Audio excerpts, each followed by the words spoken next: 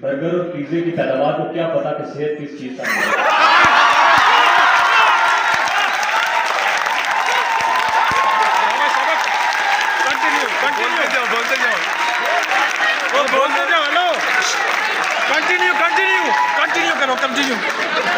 صحت کارڈ اور شوکت خانم کی مثالیں دینے والے شاید بھول گئے تھے کہ ہمیں صحت کارڈ اور شوکت خانم جیسے تحفے سے نوازنے والے کو ہم نے 31 برس سزا سے بچایا.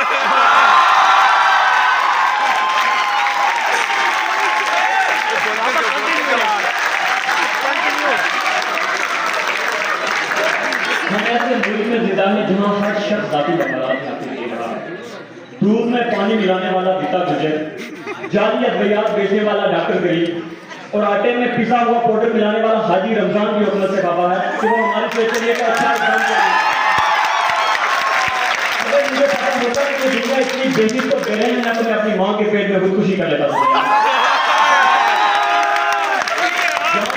یہ تاریخی جتنے آج بھی میرے کام کر دیں جب ایسے حالات ہم نے چاروں طرف سے گھیر لیا اور ڈگریوں کو الماریوں میں پڑے پڑے دیمک لگنے لگی تو ہم نے پرکھوں کی روایت کو وینٹیلیٹر سے اٹھا کر کندھے پر رکھا اور درگاہوں پر چراغ بننے نکل پڑے.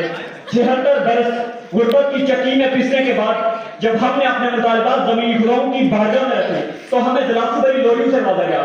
پھر جب ہم نے اپنے حقوق کے لیے عواموں کا رخ کیا تو ہمیں یہ بول کر 6 میل دور روک لیا گیا کہ فلاں بن فلاں کی گاڑی گزر رہی ہے. تو صدر اعظم کا کہا پھر ایسے میں یہ نوجوان بالوں میں سوسائٹی کا ڈر ہاتھوں میں ڈگریوں کے رسیدے لیے موجود کے منتظر رہتے ہیں.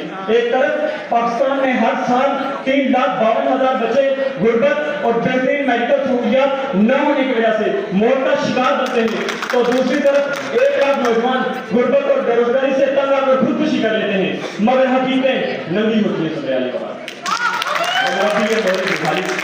دیکھ کے آپ اس قرارداد کے خلاف بات کرنا چاہتے ہیں تو میں انہیں فقط اتنا کہنا چاہوں گا کہ ابھی بھی وقت ہے کہ اس قرارداد کے حق میں ایمان لے آئیں.